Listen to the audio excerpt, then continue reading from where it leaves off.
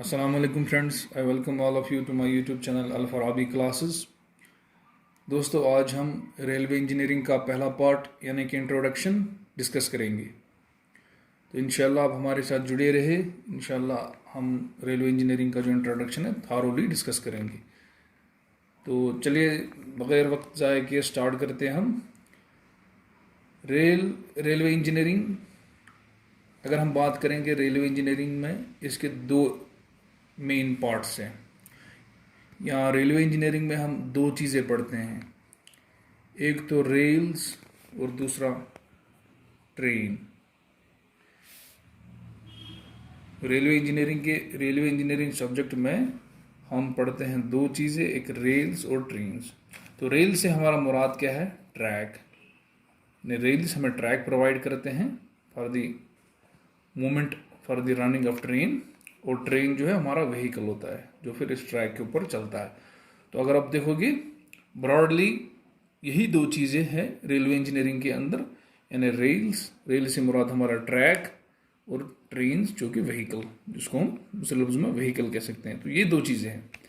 अगर हम बात करेंगे व्हीकल की तो इसको मैं दो चीज़ों में डिवाइड करूँगा। ये जो हमारा व्हीकल यानी ट्रेन जो है, एक तो ये जो बॉक्सेस होते हैं इसके, ट्रेन के डब्बे आप जिनको कहते हैं, और दूसरा जो है इंजन। एक इंजन और दूसरा ये जो डब्बे यानी बॉक्सेस जो होते हैं ट्रेन के। तो बॉक्सेस को मैं एक प्रॉपर टर्म जो है वो है वैगन्स, यानी ट्रेन के जो डब्बे होते हैं उनको वैगन्स कहते हैं, और ट्रेन का जो इंजन है उसको लोकोमोटिव कहते हैं। तो आज से आप ट्रेन के इंजन को लोकोमोटिव और ट्रेन के जो डब्बों को वैगन्स कहेंगे। तो ये चीज़ यहाँ तक होगी। उसके बाद अब बात करेंगे हम सबसे पहले रेलवे ट्रैक की, क्योंकि मैंने पहले ही कहा दो चीज़ें हैं, एक तो रेलवे ट्रैक है और दूसरा फिर ट्रेन है जो इस रेलवे ट्रैक के ऊपर चलती है। तो अब हम पहले बात करेंगे रेलवे ट्रैक की। तो रेलवे ट्रैक किसको कहेंगे? एम्बैंकमेंट या सॉइल, जो ग्राउंड लेवल पे जो सॉइल होती है, या आप एम्बैंकमेंट के हैं या सॉइल के हैं। एम्बैंकमेंट से लेके तालगाए कैटनरी तक जितनी भी चीज़ें आती है वो सारा जो है उस पूरे को हम जो है रेलवे ट्रैक कहते हैं। या यूं मैं कहूँ आपको, every component,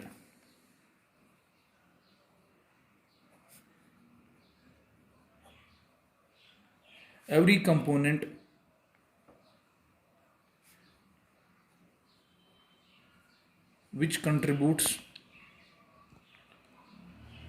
to the movement of train is a part of railway track. तो मैं बात कर रहा हूँ रेलवे ट्रैक की। रेलवे ट्रैक किसको कहते हैं हम?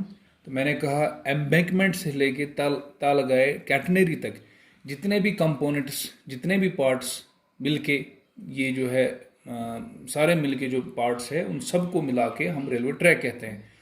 तो इसमें एम्बैंकमेंट से लेके कैटनरी तक बहुत सारे पार्ट्स या बहुत सारे कंपोनेंट्स जब मिलके मिलाते हैं हम तो तब जाके रेलवे ट्रैक बनता है। तो every component which contributes to the movement of trains is a part of railway track। तो यानी हर वो कंपोनेंट जो कंट्रीब्यूट करेगा ट्रेन की मूवमेंट में तो वो रेलवे ट्रैक का पार्ट कहलाएगा। तो ये हो गया यहाँ तक। अब हम देखेंगे कि कौन कौन से पार्ट्स होते हैं रेलवे ट्रैक के अंदर। तो मैं थोड़ी सी रफ डायग्राम बनाऊंगा।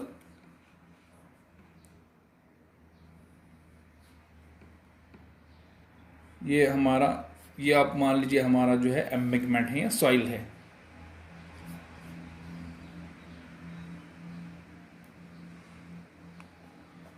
ये हमारा एम्बैंकमेंट है। एम्बैंकमेंट के ऊपर जो है हम ऐसे फॉर्मेशन विड्थ जिसको हम कहते हैं वो प्रोवाइड करते हैं। ये हमारा फॉर्मेशन विड्थ हो गया, आपको लिखता हूँ मैं।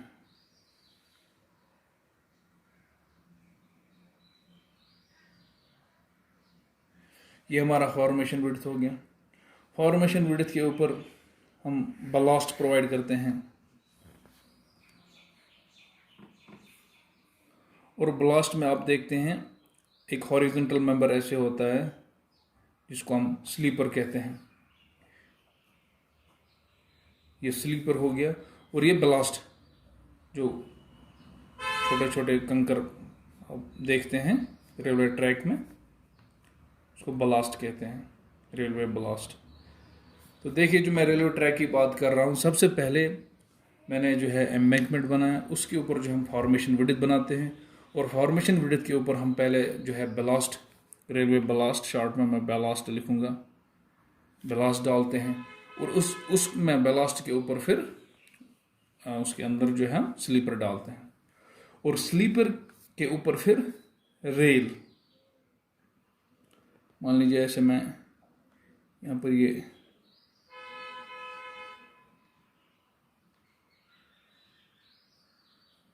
एक रेल, और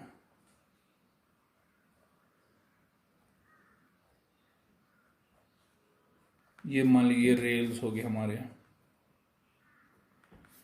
ये रेल हो गए। और इन रेल्स को इसके स्लीपर्स के साथ जुड़े रखने के लिए फिक्सचर्स हमें लगाने पड़ते हैं। मान लीजिए कोई फिक्सचर हमने लगाया, जो फिक्सचर से आगे आने वाले चैप्टर्स में वो सारी चीज़ें हम डिटेल में डिस्कस करेंगे। तो फिलहाल यहाँ पर मैं जो एक इंट्रोडक्शन आपको प्रोवाइड कर रहा हूँ। तो ये जो है फिक्सचर्स हम प्रोवाइड करते हैं रेल्स को स्लीपर्स के साथ जुड़े रखने के लिए। तो सबसे पहले एम्बैंकमेंट, उसके ऊपर फॉर्मेशन विड्थ, फॉर्मेशन विड्थ के ऊपर जो है हमने बैलास्ट डाला, और बैलास्ट के ऊपर फिर जो है हमने स्लीपर, और स्लीपर के ऊपर जो है रेल्स लगती हैं, और रेल्स को स्लीपर्स के साथ जुड़े रखने के लिए हम फिक्सचर्स लगाते हैं। तो रेल्स के ऊपर जो फिर है व्हील आता है।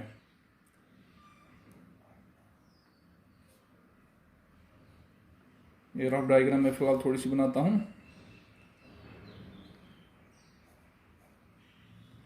तो ये व्हील्स आ गए, ये व्हील्स आ गए, और व्हील्स के ऊपर फिर ट्रेन होती है।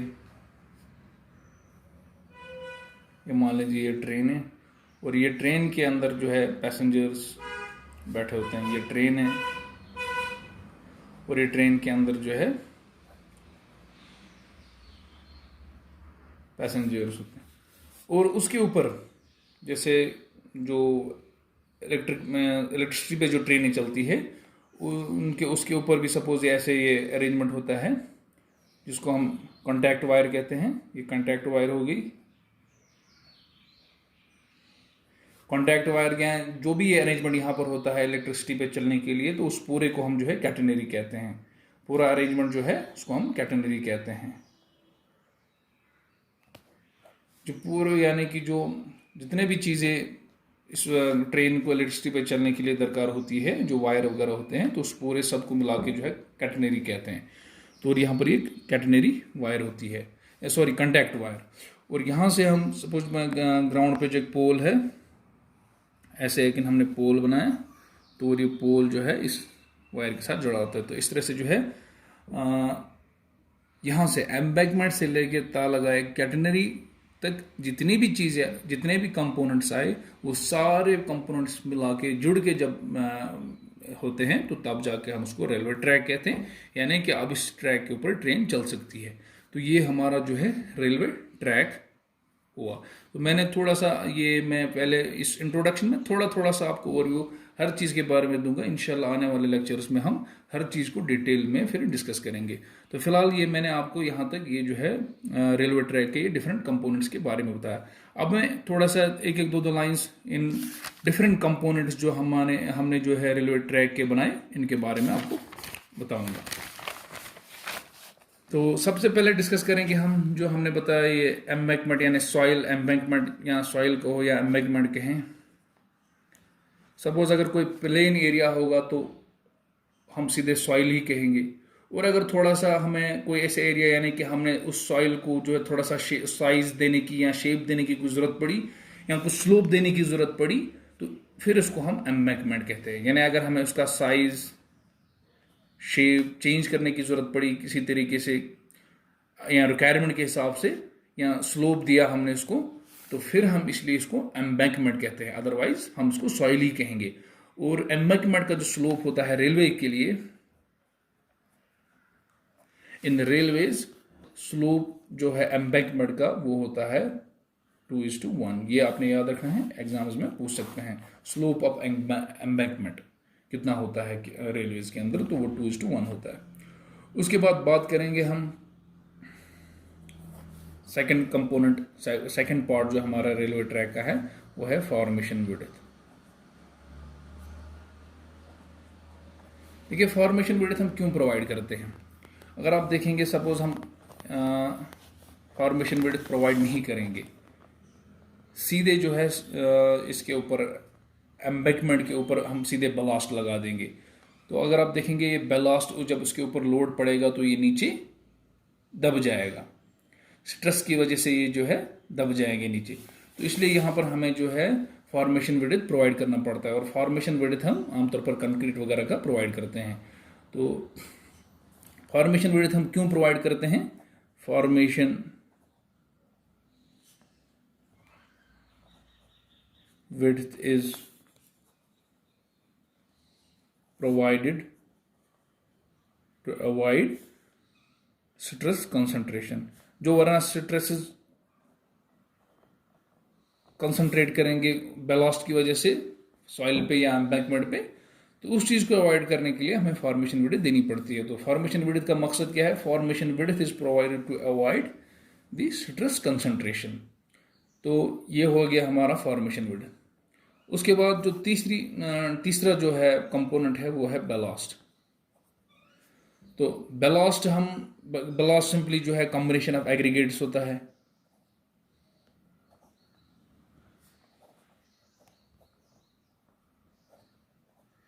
यहाँ पर मैं इंट्रोडक्शन में थोड़ा सा इन सभी कंपोनेंट्स के बारे में बताता हूँ। आगे आने वाले लेक्चर्स में इंशाल्लाह हम हर चीज़ को डिटेल में डिस्कस करेंगे। तो मैं बात कर रहा हूँ बेलास्ट की। बेलास्ट जो है कॉम्बिनेशन ऑफ एग्रीगेट्स है, और इसका स्लोप जो हम रेलवे में देते हैं वो स्लोप होता है 1.5:1। स्लोप 1.5:1 बेलास्ट का स्लोप होता है। तो मैं थोड़ी सी जगह खाली रखता हूँ, तो एक एक सेंटेंस इनके बारे में और मैं लिखाऊंगा, आप देखते जाइए। तो चौथा कंपोनेंट जो है वो स्लीपर है, स्लीपर्स होते हैं। तो स्लीपर्स आपको पता ही है, ये जो है rectangular support for the rails. Rectangular is a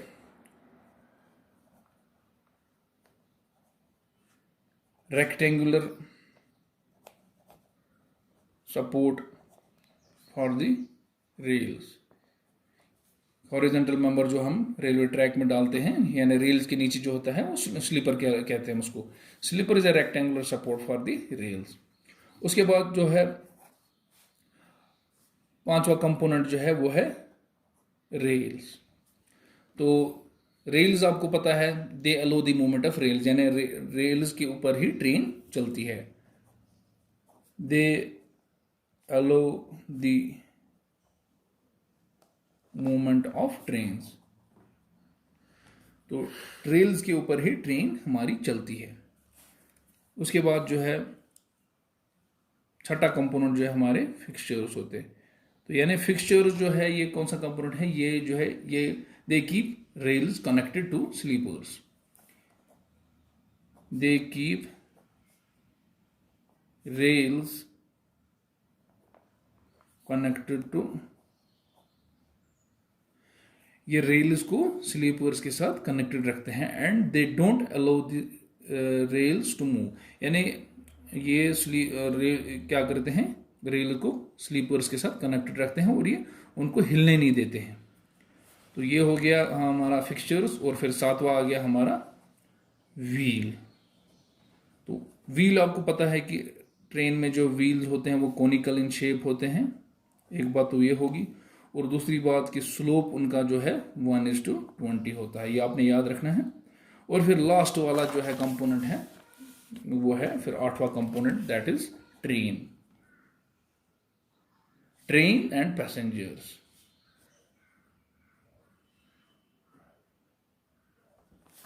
trains and passengers, तो और कुछ ट्रेन जो इलेक्ट्रिसिटी पे चलती है उनके ऊपर फिर फर्दर जो है कैटनरी वगैरह होती है। तो फिलहाल हम उसको छोड़ के यानी यहाँ तक की जो हमारी ट्रेन और फिर पैसेंजर्स होते हैं। तो ट्रेन और पैसेंजर्स तो ये जो है व्हीकल है, यानी ये ट्रैक के ऊपर रेल्स के ऊपर ये चलती है ट्रेन, और इसके अंदर पैसेंजर्स होते हैं। तो अब हम बात करेंगे ट्रेन एंड पैसेंजर्स। तो अगर हम इसका भी हम लिखेंगे तो ये होता है combination of dead and live loads. Train and passengers की बात करेंगे, ये क्या होता है, it is a combination of dead and live loads. तो train and passengers is a combination of dead and live loads. Simply जो है ये कॉम्बिनेशन है डेड एंड लाइव लोड्स की। अब देखिए, अब हम वापस नीचे से ऊपर की तरफ चढ़ेंगे। तो हमने बताया train and passengers is a combination of dead and live loads, ठीक। तो जो ये ट्रेन और पैसेंजर्स की वजह से जो डेड और लाइव लोड आता है, ये किस पे पड़ता है, ये पड़ता है हमारे व्हील्स पर। हमारे व्हील्स पर ट्रेन और पैसेंजर का डेड लोड और लाइव लोड पड़ता है, ठीक। तो अब क्या करते हैं, यानी ट्रेन और पैसेंजर्स का लोड व्हील्स पे आ गया, तो व्हील्स क्या करते हैं फिर, they transfer dead and live load into rolling load. यानी जो उनके ऊपर व्हील्स के ऊपर जो डेड और लाइव लोड आता है ट्रेन और पैसेंजर्स का, वो उस लोड को कन्वर्ट करते हैं रोलिंग लोड में। तो ये मैंने एक जो है एक दो लाइंस के लिए जगह खाली इसीलिए रखी थी कि मैंने नीचे से फिर वापस आना था। यानी जो ऊपर से हमने ट्रेन और पैसेंजर्स का डेड लोड लिया, उसको हमने ट्रांसफर किया व्हील्स पे, और फिर व्हील्स क्या करते हैं, wheels transfer they transfer dead and live load.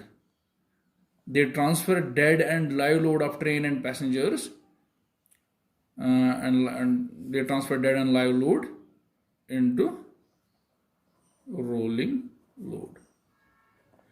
तो जो ट्रेन और पैसेंजर्स की वजह से जो डेड लोड होता है, तो व्हील्स क्या करते हैं, जब वो व्हील्स पे आता है तो व्हील्स उसको ट्रांसफर करते हैं, they transfer dead and live load of train and passengers into rolling load. तो ये व्हील्स करते हैं।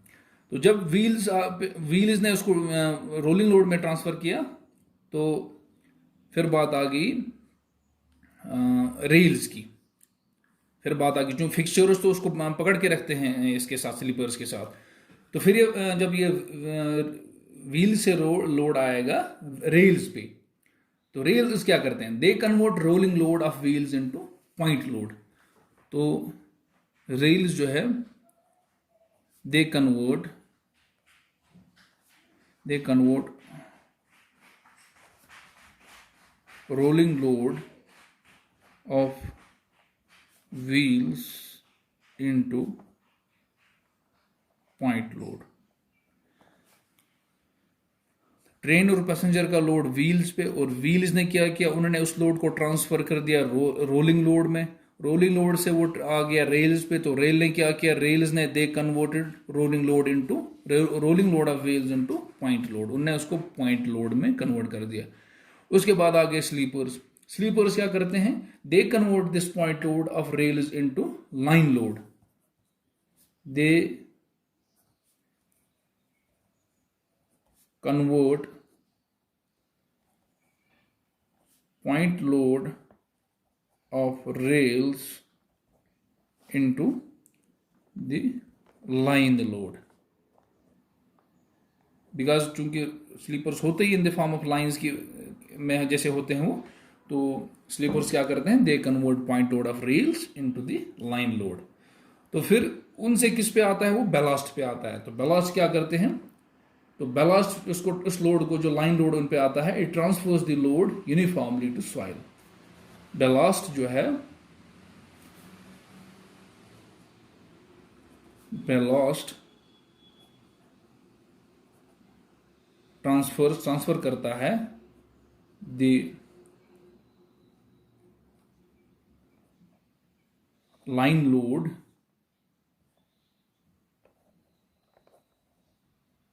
Uniformly to soil. तो अब बैलास्ट क्या काम करता है, जो लाइन लोड स्लीपर्स की वजह से आता है वो ट्रांसफर हो जाता है बैलास्ट, और बैलास्ट क्या करता है, ballast transfers the line load due to the sleepers uniformly to soil या एम्बैंकमेंट।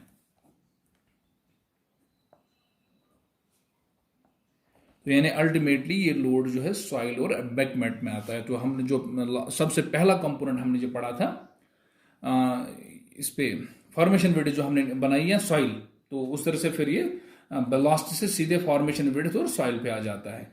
तो अल्टीमेटली जो हमारा लोड फिर बियर करती है वो हमारी सॉइल बियर करती है।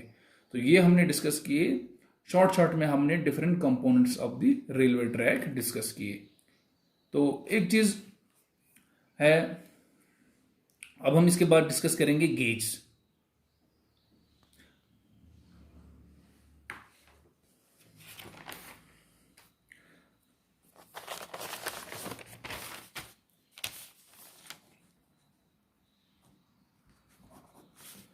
हमने थोड़ा सा in different components of railway track के बारे में डिस्कस किया। तो नेक्स्ट जो हम डिस्कस करने वाले हैं वो है गेज के बारे में। तो गेज क्या होता है, या गेज क्या होता है, सॉरी गेज, हाँ गेज। गेज में हम डिस्कस करेंगे। तो गेज से हम एक चीज आती है गेज, और गेज क्या होता है, डिस्टेंस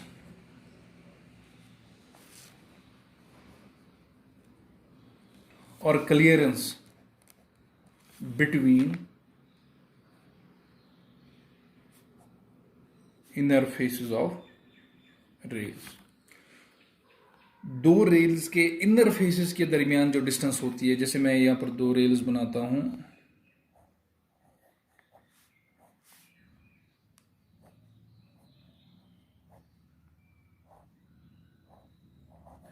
ये मान लीजिए दो रेल्स हैं। इन दो रेल्स को जो ये इनर फेसेस है इनके दरमियान की डिस्टेंस को हम गेज कहते हैं, इसको हम गेज कहते हैं। डिस्टेंस और clearance between the inner faces of rails, तो ये इसको हम गेज कहते हैं। तो अब हमारे पास डिफरेंट टाइप्स ऑफ गेज होते हैं।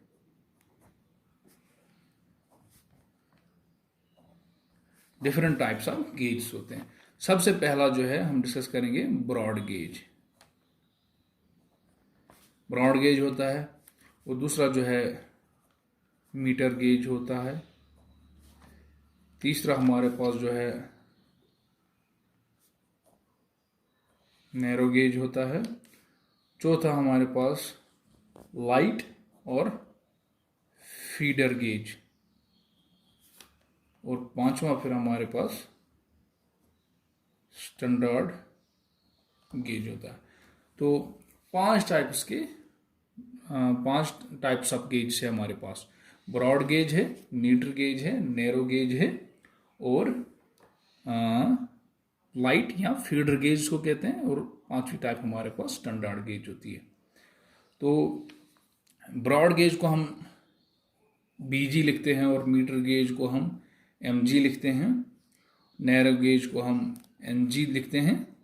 तो लाइट गेज या फीडर गेज को हम एफजी लिखते हैं, और इस तरह से स्टैंडर्ड गेज जो हम एसजी लिखते हैं। तो यानी कहीं पे भी अगर आप रेलवे में देखेंगे कि बीजी है तो इससे मतलब आपका ब्रॉड गेज होगा, एमजी से आपका मीटर गेज, इस तरह से NG narrow gauge, feeder gauge से एफजी से फीडर गेज, और एसजी से स्टैंडर्ड गेज। तो इनमें कितनी ये लेंथ्स होती है।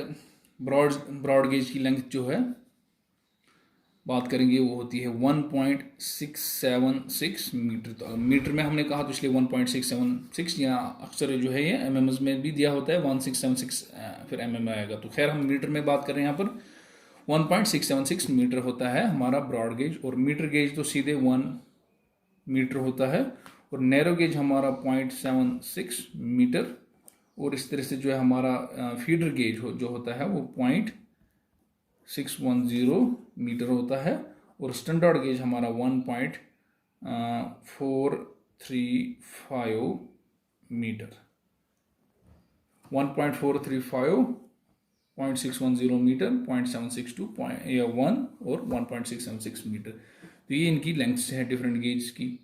और अगर हम इंडिया की बात करेंगे, इंडिया में 86% तकरीबन जो है ब्रॉड गेज इस्तेमाल हुआ है, या हो इस वक्त जो प्रेजेंट जो कंडीशन है 86% जो जितने भी रेलवे ट्रैक्स में जो गेज हैं उसमें से 86% हमारा ब्रॉड गेज है और 10% हमारा जो है वो मीटर गेज है और 4% हमारा नैरो गेज है। तो फिर ये दो बचे। तो अगर आप बात करेंगे फीडर गेज की, तो फीडर गेज कहीं पे भी इस्तेमाल नहीं होता है। ये सिर्फ जैसे मतलब जैसे बड़े बड़े प्लांट्स में मान लीजिए जैसे थर्मल पावर प्लांट है तो वहाँ पर जो है इस्तेमाल होता है। वहाँ पर सपोज कोल वगैरह वो ट्रांसफ़र करने के लिए ये वहाँ पर ये फीडर गेज इस्तेमाल करते हैं वो। तो उसके बाद जो स्टैंडर्ड गेज है ये मेट्रो में इस्तेमाल होता है। मेट्रो रेल्स के लिए स्टैंडर्ड गेज इस्तेमाल होता है।